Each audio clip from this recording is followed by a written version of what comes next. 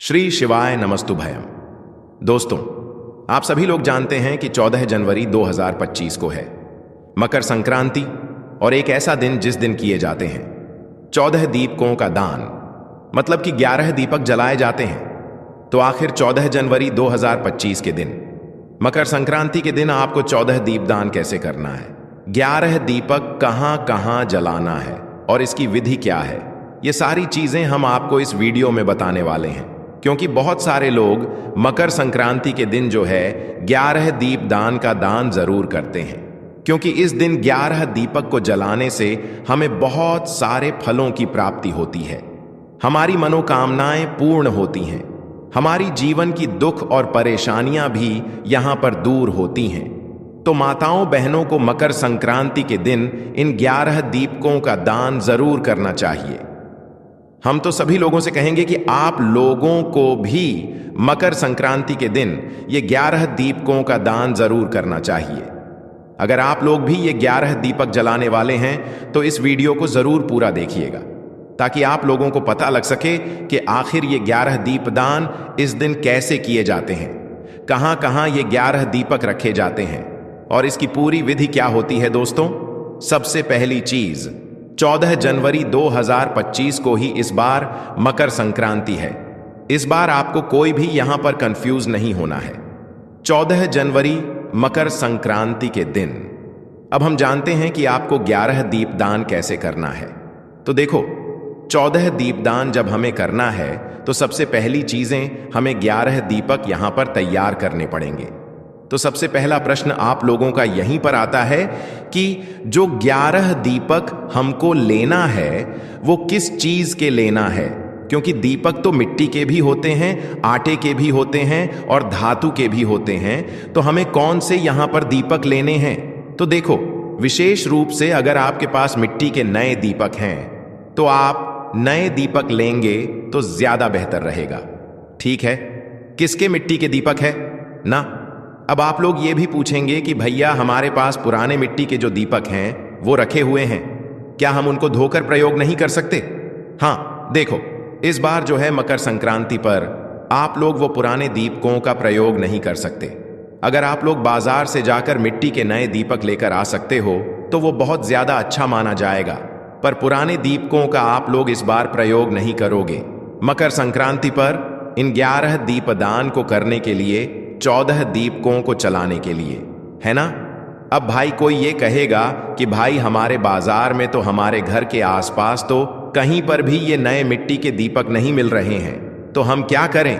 तो देखो, उस जगह पर आप लोगों को क्या करना है कि अपने ही घर पर आटे के दीपक तैयार करने हैं।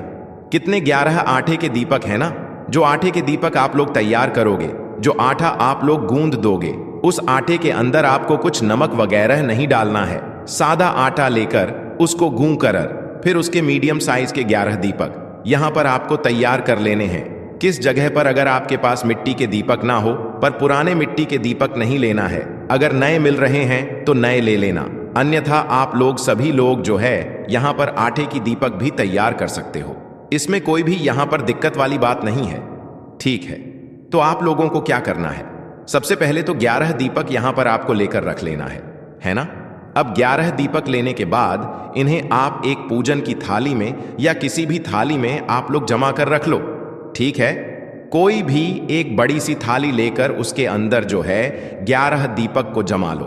अब जमाने के बाद दोस्तों क्या करना है आप लोगों को कि इसके अंदर हमें बत्ती रखना है और तेल डालना है। तो बत्ती कौन सी लगेगी वो भी सुन लो। तो देखो, यहां पर आप लोगों को लगानी है रोई की बत्ती।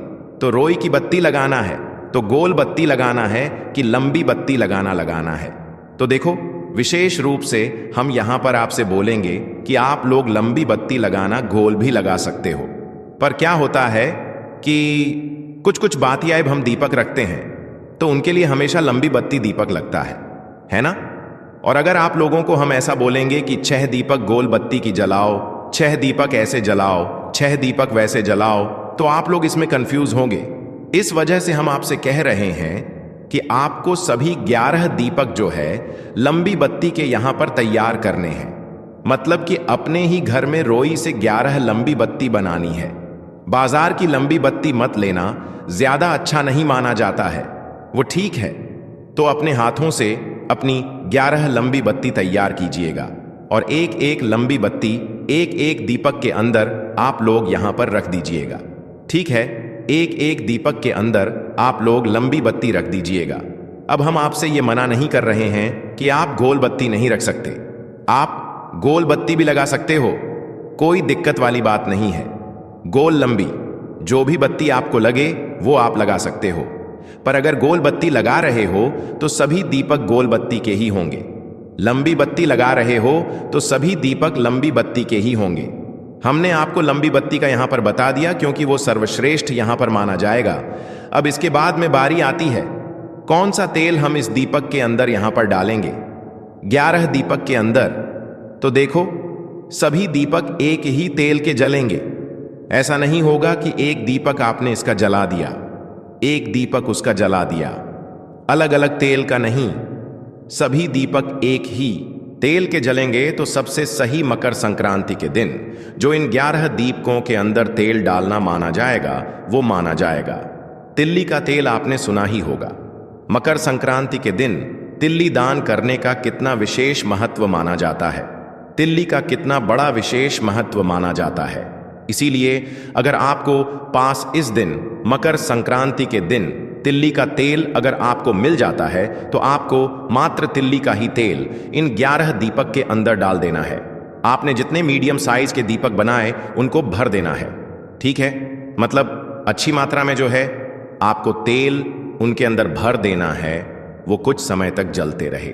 ठीक है, तो आपको क्या करना है कि तिल्ली का तेल जो है सभी दीपकों के अंदर भर देना है। अब आप कहोगे कि भाई अगर हमारे पास तिल्ली का तेल नहीं है तो उस जगह पर हम कौन सा तेल प्रयोग में ले सकते हैं। तो देखो अगर आपके पास तिल्ली का तेल नहीं है तो आप लोग सरसों का तेल भी ले सकते हो प्रयोग में, या मीठा तेल जो होता है जिसका आप लोग दीपक वगैरह जलाते हो वो तेल भी ले सकते हो, या शुद्ध देसी गाय का जो घी होता है घी से भी आप लोग दीपक जला सकते हो। ठीक है, पर अगर तिल्ली के तेल के अलावा किसी और तेल से आप लोग दीपक तैयार कर रहे हो, दीपक के अंदर वह तेल डाल रहे हो, तो आपको क्या करना है, उन दीपकों के अंदर थोड़ी थोड़ी सी तिल्ली भी डाल देना है। सफेद तिल्ली जो होती है वह थोड़ी थोड़ी सी हर दीपक के अंदर तिल्ली डाल देना है। अगर तिल्ली का तेल सब दीपक के अंदर डाल रहे हो तो फिर तिल्ली आप लोगों को अलग से डालने की जरूरत नहीं है। पर अगर आप लोगों ने यहां पर सरसों का तेल या घी का या मीठे तेल का दीपक जलाया हुआ है, तेल उनके अंदर ये सारा डाला हुआ है, तो फिर आप लोग अलग से तिल्ली आप लोग हर दीपक के अंदर डाल दीजिएगा। ठीक है, तिल्ली का तेल डाला हुआ है तो फिर मत डालिए ना। तो इस तरीके से आप लोगों को अपने ये 11 दीपक जो है वो तैयार यहां पर कर लेने है। ठीक है, अब 11 दीपक जब आप तैयार कर लोगे तो मकर संक्रांति के दिन इन 11 दीपंकर आना है कि शाम के समय जलाकर आना है। सबसे बड़ा प्रश्न यहां पर आता है, तो देखो मकर संक्रांति के दिन, अब देखो सभी लोगों को कहीं ना कहीं इस दिन बाहर जाना ही होता है। कोई लोग अपने रिश्तेदारों के घर जरूर जाते ही जाते हैं। तो देखो हम आपसे ये नहीं कहेंगे कि आप इन 11 दीपकों को सिर्फ एक ही समय चला सकते हो। अगर आप लोगों को शाम के समय कोई काम है, आप शाम के समय इन 11 दीपक को नहीं जला सकते, तो आप सुबह सुबह भी इन 11 दीपकों को जला सकते हो, इन 11 दीपकों का दान कर सकते हो। और अगर आप लोग शाम को दीप दान करना चाहो तो शाम को भी कर सकते हो, पर करना किसी एक ही समय पर है ना। माताओं बहनों को एक ही समय पर है, दोनों समय पर नहीं करना। अगर आपको ऐसा लगता है कि नहीं शाम को हम फ्री नहीं हो पाएंगे, शाम को हमें कहीं जाना है, तो आप सुबह दीप दान कर दो।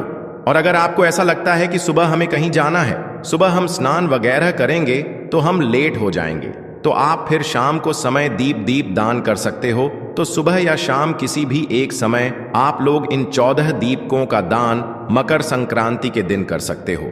तो ये बात भी आपको समझ आई। अब हम बात करते हैं आगे की कि ये 11 दीपक हमें कहां कहां पर जलाने हैं। तो देखो ये 11 दीपक आपने तैयार तो कर लिए, पर इन दीपकों को आप घर से जलाकर नहीं लेकर जा सकते। क्यों नहीं लेकर जा सकते? क्योंकि ये 11 दीपक अलग अलग जगहों पर रखा आएंगे। अगर आप अपने घर में रख रहे हो तो फिर ठीक है, आप सभी दीपक एक साथ जला सकते हो, है ना। ये जितने दीपक घर में रखा आने हैं उतनी दीपक जला लो एक साथ, बाकी के फिर जहां जहां पर जलाने हैं वहीं पर जाकर आप लोग जला सकते हो। इसके अलावा एक चीज का और ध्यान रखना कि दीपक कभी भी अगर आप लोग रख रहे हो तो सीधा जमीन पर नहीं रखा जाता है, या तो नीचे को सस्ते वगैरह बनाकर रखो, या तो कुछ चावल के दाने या तो कुछ फूल की पंखुड़ियां रखो, उसके ऊपर ही फिर दीपक रखा करो ताकि उस दीपदान का आपको पूर्ण रूप से यहां पर फल मिल सके। ठीक है, तो अपने साथ में थोड़े से चावल के दाने या गेहूं के दाने जो आपको मिल रहा है वो थोड़े थोड़े से रखकर उनके ऊपर ही फिर दीपक रखते जाना जहां जहां हम आपको बताते जा रहे हैं। ठीक है, तो 11 अलग अलग जगह हैं। वो 11 जगह कौन सी है, आइए अब हम जानते हैं, है ना। तो देखिए, सबसे पहले जितने दीपक आपको घर में चलाने हैं, घर में रखने हैं, उतने दीपक आप पहले से जलाकर रख सकते हो, उसमें कोई दिक्कत वाली बात नहीं है। ठीक है, पर सभी दीपक एक साथ जला लोगे तो फिर आपको घर से थोड़ा दूर भी जाना पड़ सकता है, तो भाई वहां पर फिर आपको को दिक्कत होगी। इसलिए पहले आप लोग सुन लीजिए कि कौन सी 11वीं जगह है जहां पर हमें दीपक जलाना है, फिर आप अपने हिसाब से दीपक को जला लीजिएगा और रखते जाइएगा। ठीक है, तो देखिए, सबसे पहला आप लोगों को जो है, जब भी आप अपने ये 11 दीप दान करने के लिए निकले या 11 दीप दान करना शुरू करें तो उससे पहले अपने घर के भगवानों की पूजन जरूर कर दीजिएगा, भगवान को आरती वगैरह सब कर दीजिएगा। ठीक है, इस बात का ध्यान रखिएगा। तो सबसे पहला 11 दीपकों में से जो पहला दीपक होगा कि आप लोग अपने ही घर के मंदिर में, पूजा घर में लड्डू गोपाल के लिए, शिव जी के लिए, मतलब कि अपने पूजा घर में सभी भगवानों के लिए पहला दीपक आप लोग रख दोगे। ठीक है, पहला दीपदान आप अपने ही घर के पूजा घर में कर दोगे, है ना। पहला दीपक आपने वहां पर रख दिया। अब उसके बाद में पहला दीपक अपने घर के पूजा घर में रखने के बाद अब उठ जाओ वहां से, दूसरा दीपक रखने के लिए सीधा आ जाओ अपने घर के रसोई घर में। रसोई घर में कौन होती है, माता अन्नपूर्णा होती है। ठीक है, तो एक माता अन्नपूर्णा के नाम से आप एक दीपक क्या करो कि अपने ही घर के रसोई घर में आप लोग रख दो, है ना। उसके बाद में आप लोगों को क्या करना है, ये दीपक आपको अपने घर के रसोई घर में रखना है, मतलब अपने ही घर में रखना है। ठीक है, तो दूसरे नंबर का दीपक आपने अपने घर के रसोई घर में रखा। अब तीसरे नंबर का दीपक आप लोग रखोगे अपने पितरों के लिए। पितरों के लिए जो दीपक रखा जाता है वो दक्षिण बाती का मुख करके रखा जाता है। इस बात का ध्यान रखना है, जिस तरफ से बत्ती जल रही है उस बाती का मुख दक्षिण दिशा की तरफ होना चाहिए। तो तीसरे नंबर का दीपक आप लोग अपने ही घर के रसोई घर में पीने के पानी वाले स्थान के पास में, या तो नीचे जो आपका हैंड पंप वगैरह लगाओ या जहां से आपके नला आते हो उस जगह पर दक्षिण बाती का मुख करके इस तीसरे नंबर के दीपक को पितरों के नाम से आप लोग रख सकते हैं। ठीक है, मतलब तीसरे नंबर का दीपदान आप लोग कर सकते हैं। उसके बाद में जो चौथे नंबर का दीपदान है ये होगा दोस्तों आप लोगों का तुलसी मैया के लिए। आपके घर में जो तुलसी का क्यारा हो, तुलसी का पौधा हो, वो तुलसी के पौधे के पास जाकर आप लोग चौथे नंबर का जो दीपदान है उसे कर दीजिएगा। चौथा दीपक तुलसी के क्यारे के पास में लगा दीजिएगा। उसके बाद में 5वें नंबर का जो दीपक है दोस्तों, इस 5वें नंबर के दीपक को आपको लगाना है अपने घर की दहलीज पर, मतलब कि जो मेन गेट होगा ना वहां पर एक ही दीपक रखना है। आप लोगों को 2 नहीं रखना है, आप चाहो तो 2 रख सकते हो, वो आपकी मर्जी है, पर यहां पर अभी तो एक ही आप लोग रख देना। तो 5वें नंबर के दीपक आपको अपने घर की दहलीज पर, मेन गेट पर किसी भी एक साइड, राइट हैंड साइड या लेफ्ट हैंड साइड, किसी भी एक साइड रख देना है। ठीक है, तो 5 दीपक हमने यहां पर जला दिए। तो ये 5 दीपक तो आप अपने घर के अंदर ही जलाकर एक एक करके रख सकते हो। बाकी के दीपक अब थोड़ा जो है हमें बाहर जाकर रखने पड़ेंगे, वो भी यहां पर आप ध्यान से सुन लो। तो देखो, 6वें नंबर का जो दीपक है ये आपको किसी भी पवित्र नदी पर जाकर रखना होगा।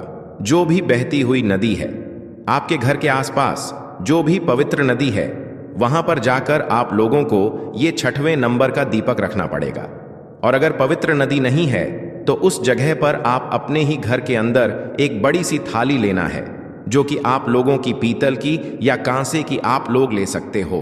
उसके अंदर शुद्ध जल भरकर थोड़ा सा गंगा जल डालकर उसके अंदर भी फिर आप लोग जो है अपने 6वें नंबर का दीपक जला सकते हो। उस जगह पर जब आप लोग अपने घर के पास में कोई नदी के पास में ना जा सको, है ना, क्योंकि 6वें नंबर के दीपक हमें नदी में दान करना है। नदी के मतलब नदी के लिए जो है 6वें नंबर का दीपक यहाँ पर होगा। आप चाहो तो नदी के घाट पर भी जा रहे हो तो घाट पर भी आप जाकर इस दीप दान को कर सकते हो। और अगर घर में कर रहे हो तो फिर जल के बीचों बीच में अपने थाली के बीचों बीच में जल को डालकर, गंगा जल डालकर उसके बीचों बीच में 6वें नंबर के दीपक को रख सकते हो। ठीक है, दीप दान कर सकते हो। उसके बाद में जो 7वें नंबर का दीपक होगा, ये 7वें नंबर का दीपक आप लोग लेकर जाओगे बेलपत्र के पेड़ के नीचे। भगवान शिव जी का सबसे प्रिय वृक्ष है ना, तो 7वें नंबर का जो दीपदान है वो बेलपत्र के पेड़ के नीचे जाकर करोगे। उसके बाद में जो 8वें नंबर का जो दीपदान है, दीपक है, वो लेकर जाओगे पीपल के पेड़ के नीचे। पीपल के पेड़ के नीचे जाकर अपना 8वें नंबर का दीपक चलाओगे, दीप दान करोगे।